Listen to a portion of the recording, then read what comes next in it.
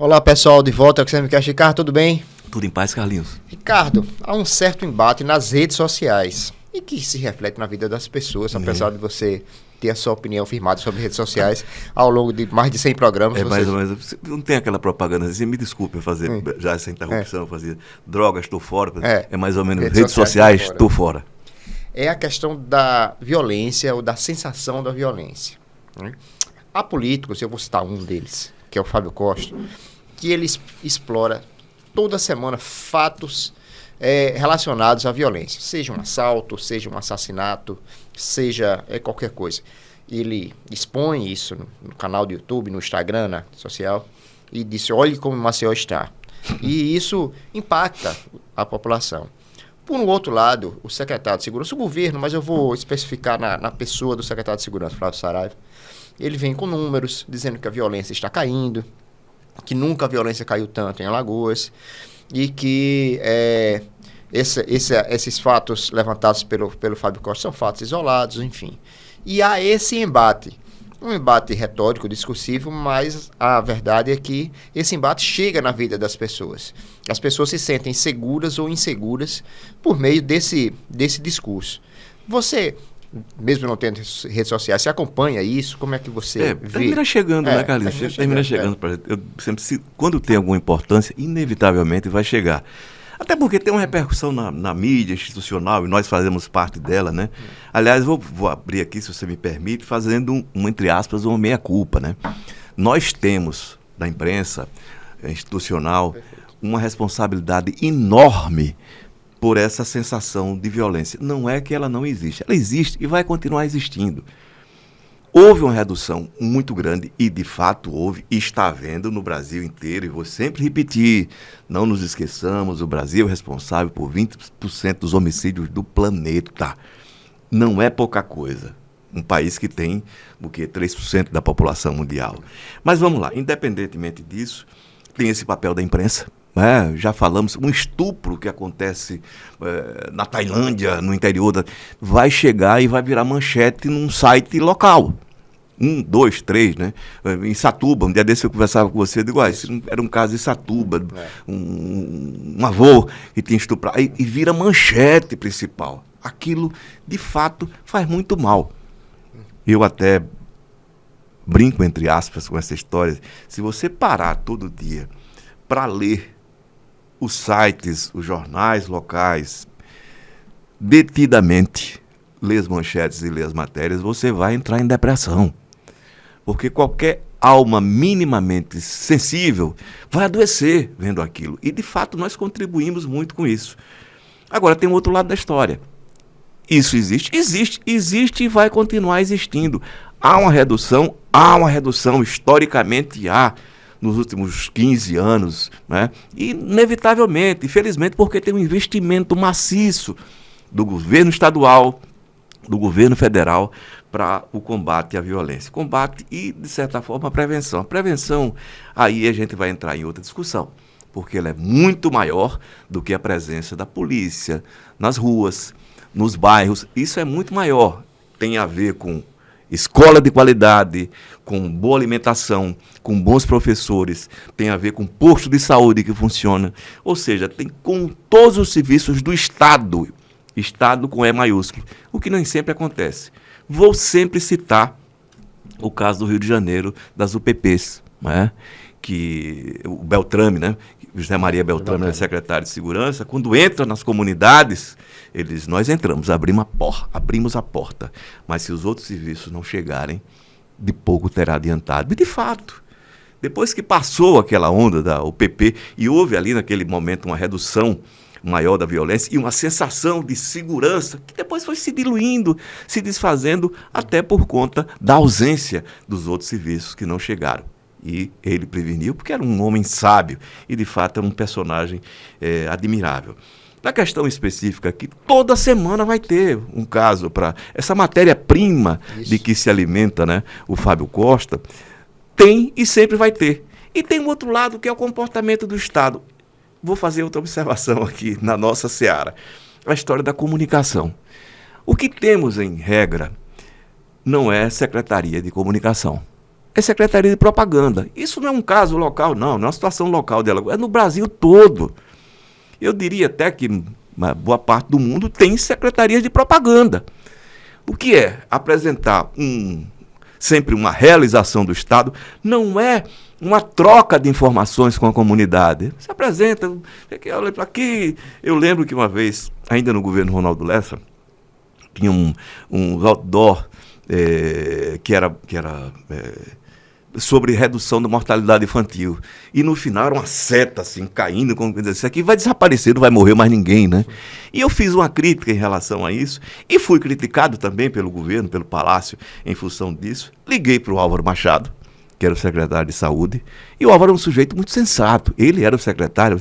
Eu digo, olha, Álvaro, eu disse, não, você tem razão. Isso não se sustenta. Né? Mas, assim, era uma posição honesta do secretário, que foi até chamado a atenção, porque eu disse, eu posso dizer isso? Pode. Né? A minha relação com ele sempre foi muito interessante, porque ele não corria do pau, né? E aí eu coloquei, foi chamado a atenção no Palácio por conta disso, mas é porque, em regra, as propagandas, elas não representam a verdade real dos fatos. E, obviamente, se o sujeito mora numa área que tem caso de violência com alguma frequência, vê aquela propaganda, ele vai ficar hostil, isso, né, a essa visão. Aí chega um cara que diz, olha, mataram fulano aqui no tal bairro, aquele bairro, né, onde a estatística, entre aspas, apresenta uma redução. Mas continua acontecendo e vai continuar acontecendo.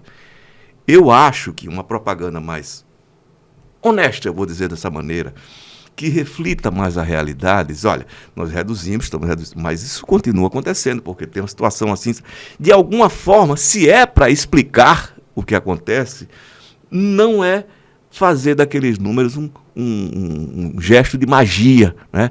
De sumiço, de redução da criminalidade. Gente, isso é um processo muito lento. Vamos lá, a gente está falando do Brasil. A estatística do Brasil vem reduzindo o número de assassinatos, né? No país inteiro, Alagoas inclusive, e há de se ressaltar isso. Agora, volto a repetir, também é um limite de trabalho de polícia. Precisa do resto, o trabalho de prevenção vai além do policial fardado nas ruas, seja nos bairros, seja no centro da cidade. E a pessoa diz, porque na orla tem... Não, tem policiamento na orla e também tem nos bairros. E com detalhe, né, muitas vezes a polícia que criticamos mais violenta, ela está na periferia, né? Isso. Na periferia, porque o reclamo ali da população, o protesto, ele é muito menos ouvido. E olha, gente, isso não é fácil. O Flávio Saraiva, o secretário, ele é ruim de comunicação. Pessoal, isso acontece. Também não acho que seja nenhum demérito, mas ele não tem competência nessa área da comunicação. Aí quando vai para uma entrevista, normalmente escorrega ou diz uma coisa que, ao ser subentendido, aquilo é interpretado contra ele. Mas não é o caso. Repito, o problema hoje da segurança está muito mais nas outras áreas do que na segurança pública. E o deputado Fábio Costa, né, o uso da violência, ele vai ser sempre, mas também tem o seguinte, volta à questão inicial, o papel da imprensa, da mídia. Veja só, você faz isso, eu tenho certeza, e sei do cuidado que você tem isso, já conversamos reiteradas vezes no Cada Minuto, pois é, a gente sempre fala sobre isso, você abre o site, a mesma manchete lá, estuprou menina de 2 meses na maternidade. Que é isso, gente? Isso é um caso escabroso, né? Esse é um psicopata, ou sei lá o que, como você queira. Normal não é achar que isso faz parte, né, da condição humana, né? Mas isso pode ser a notícia mais importante do dia. Mas essa hierarquização da notícia é que contribui para o discurso do Fábio Costa. E não adianta dizer que não, né? Veja só, eu tenho certeza, porque conheço os colegas que trabalham, né, nos veículos de comunicação aqui, e sei que não é o que eles pensam, mas é a determinação que eles recebem. Eu quero acesso, eu quero visibilidade. E olha, gente, eu já citei uma vez, vou fazer mais uma vez. Tem um livro do Pierre Bourdieu, que é um sociólogo francês, morreu ainda no século passado, no final do século passado. que é sobre a televisão, jornalismo e sobre televisão. São 2 ensaios muito bons e atuais até hoje. Sexo e sangue não tem erro. É receita de sucesso no mundo todo. No mundo todo. E mais ainda, num país que caminha, né, nesse processo educacional, e isso é importante, sempre vai ser importante, né, tão lentamente como o Brasil. Tem melhorado o Brasil? Tem, sobre esse aspecto. O que também não nos livra, né, dessas pragas raivosas, né? Até porque entra no cenário essa história de rede social. Gente, eu não tenho dúvida nenhuma, a tecnologia é boa. Inclusive a internet, das redes sociais. Mas ela piorou muito a humanidade. Piorou, sim, porque ela extrai do homem, né, aquilo que ele tem de mais primitivo. O homem primordial se sente mais à vontade porque ele se conecta com outros iguais. É muito mais simples, né? Você se mover por um discurso, né? Qualquer um, né? Bandido bom é bandido morto. Né? E se você for interpretar, já falamos sobre isso, vai ser sempre bandido bom é bandido pobre morto. Né? Bandido pobre morto. E aí acontece. O Fábio Costa se criou neste universo de rede social e de violência. Vai continuar tendo alimento para a carreira política dele na realidade. E o governo, ou os governos de forma geral, não podem brigar com a realidade. Brigar com a realidade não tem jeito, ninguém ganha. Ninguém ganha, perde sempre. Agora, evidentemente, repito, acho que pode haver um trabalho, até porque tem competência a Secretaria de Comunicação local, né, de ser Secretaria de Comunicação e não apenas de propaganda. É um tema importante, eu acho um tema fundamental. Jogo para discussão aqui, não é, diga-se passagem, uma crítica pessoal a ninguém. Até porque eu tenho certeza que quando a gente conversa, né, no tete a tete, as pessoas normalmente nos dão mostras, né, de que são, de fato, pensam muito mais avançadamente ou melhor do que na prática. Agora, é complicado, né? Porque tem lá o governador, o prefeito, seja quem for, né? Quem se mete, que está lá e diz assim, eu quero aqui que o povo me veja como lindo, eu quero ser um louro suíço de olho verde e tal, cabelão. Não, mas não dá, você é pardo, eu sou pardo, tá, gente? Pardo, careca, não é o caso do... Nossa. Então, não, eu não quero saber, eu quero isso, quero que a comunidade e a população me vejam dessa maneira. Eu endosso essa crítica aos meios de comunicação locais, eu falo dos locais, mas falo dos nacionais como claro, todo, entendeu? Você vê hoje, desculpa, já falando, a Globo News que fugia disso, né? As redes nacionais são um terror. A Globo News, né, que sempre de alguma forma escapava disso, né, era uma rede de notícias, né? Aí você pega de manhã, violência. Estuprou, matou, assaltou, morreu, esfaqueou. Acontece. Em menor proporção, mas ainda assim insiste nessa história. Não, mas eu não posso omitir. Não é questão de omitir, mas como disse você, hierarquizar a informação. É isso. Ricardo, você falou em sexo e violência, eu vou para minha alienação, né? Cada um tem... Preocupado com o Carlinhos. Eu gosto de música, de arte, tudo, mas eu tenho uma alienação que eu gosto muito, que é o futebol. Eu gosto mais de futebol, adoro futebol. Não é alienação, não, faz parte. Aliás, o Pierre Bourdieu, ele cria uma expressão que eu gosto muito, né? Que é do capital simbólico, né? Todo país tem um capital simbólico. O futebol é parte essencial do nosso capital simbólico. O capital simbólico é aquilo que faz um povo se sentir mais elevado em relação ao outro, né? Então, o futebol faz parte. Eu adoro futebol. Principalmente dos meus times, que jogam bem demais. Meus tricolores, né? Tá na fase boa. E o CRB, né? Que tá muito bem, obrigado. Trago um documentário sobre ele, o baixinho, Romário. Tá na HBO, agora é Max, né? Se chama, mudou agora de HBO para Max. São 6 episódios, retratam a vida do Romário. A gente vinha até comentando aqui no pastor, é muito engraçado, é maravilhoso, porque o Romário é um personagem sensacional. Assim, você pode não gostar do político, nem do que ele se tornou hoje, enfim, mas ele, jogador, e ele, personagem, enquanto atleta, enquanto jogador, ele era maravilhoso, era uma coisa bem, bem diferente do habitual. E eu acho que o doc é bem legal, ele é bem interessante, ele fala sobre a vida do Romário desde o princípio. A gente tá falando sobre aquele jogo do Brasil e Uruguai, o 2-0, né, que segundo ele, Eu vou dar um pequeno spoiler. Segundo ele, o jogo que ele viu, um jogador que ele viu, a melhor partida que um jogador que ele viu. Já na história do futebol. Coincidentemente, ele mesmo. Né? E ele dizia isso, né? Coincidentemente fui eu. Pois é, então vejam lá, são 6 episódios, já tem 4, quando esse episódio for ao ar, esse episódio do Semicast for ao ar, os 6 já estarão lá, justamente para você sair um pouquinho dessa questão de sexo, violência, política, veja lá e mergulhe nesses 6 episódios do Baixinho Romário. E a sua dica, Raquel? Ah, legal. Se você me permite acrescentar, é fantástico. O Romário, a gente vinha conversando sobre isso, né?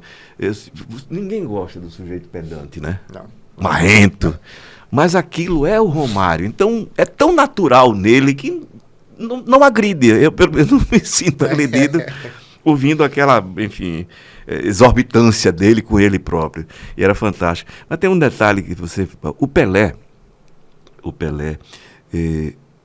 se criticava muito Pelé, Pelé é desbesteira, o próprio Romário, Pelé calado é um poeta, né? O Pelé foi tão grande para o Brasil passou a ser conhecido no mundo todo, de forma reverente, reverencial, graças ao Pelé. Pelé era um sujeito que rivalizava com a Coca-Cola, Beatles e o Papa, né, em popularidade no mundo. Né? O sujeito deixou de jogar, 50 anos tinha jogado, chegar Pelé futebol, Pelé até hoje, quando se fala. Então a gente tem que ter muito respeito por isso. No caso específico do Romário, que não foi nenhum Pelé, né? Ele, sem dúvida nenhuma, todo mundo que viu o Romário jogar, você viu lá o Guardiola falando, o Cruyff, todo mundo tinha uma admiração por ele, eu inclusive. E olha que no meu time ele foi muito mal, né? No Fluminense, no Flamengo também não foi. Não, o Flamengo ele fez muito gol, mas o Flamengo foi muito mal, o Flamengo não ajudou também. Não sei se você lembra, ele chegou no Fluminense a brigar, tinha um Andrei, que era um zagueiro, ele deu no cara, ele deu um soco. Ele tem 1,69m, o Andrei tem 1,80m, pra lá. Que era um bom zagueiro. Era um Romário. Mas vamos lá. Eu vou sugerir, me desculpe, aí você sai com uma coisa tão agradável que é esse documentário, é esse livro aqui. A Incrível História de Antônio Salazar, o ditador que morreu 2 vezes. Esse livro, eu disse ao Carlinhos quando apareceu, eu digo, vou comprar esse livro para ler, porque a minha curiosidade sobre a ditadura de Salazar cresceu ao longo do tempo, mas ainda esse ano, né, com os 50 anos da Revolução dos Cravos. E conta aqui a história de um personagem, porque é engraçado. A gente faz uma referência histórica, né, ao fascismo de Mussolini, ao franquismo na Espanha, ao nazismo de Hitler, e ao salazarismo não. É engraçado, a proximidade que o Brasil tem com Portugal, ainda assim, nós vivemos um pouco mais distanciado, né, da história portuguesa. A gente está falando de uma ditadura que em 40 anos matou mais de 20 mil pessoas. Exatamente. Com campos de concentração em várias colônias, né? Enfim, um nível de crueldade, de sequestro e assassinato dos inimigos do presidente da República. E o Salazar era um homem cordial, né? Um sujeito elegante, bonito, né? Solteirão, mas assim, com muitos casos de amores, né? De mulheres. Tinha aquela história, bom, será que ele é, será que ele não é? Aquela história que a gente imagina como... Porque ele morreu solteiro, né?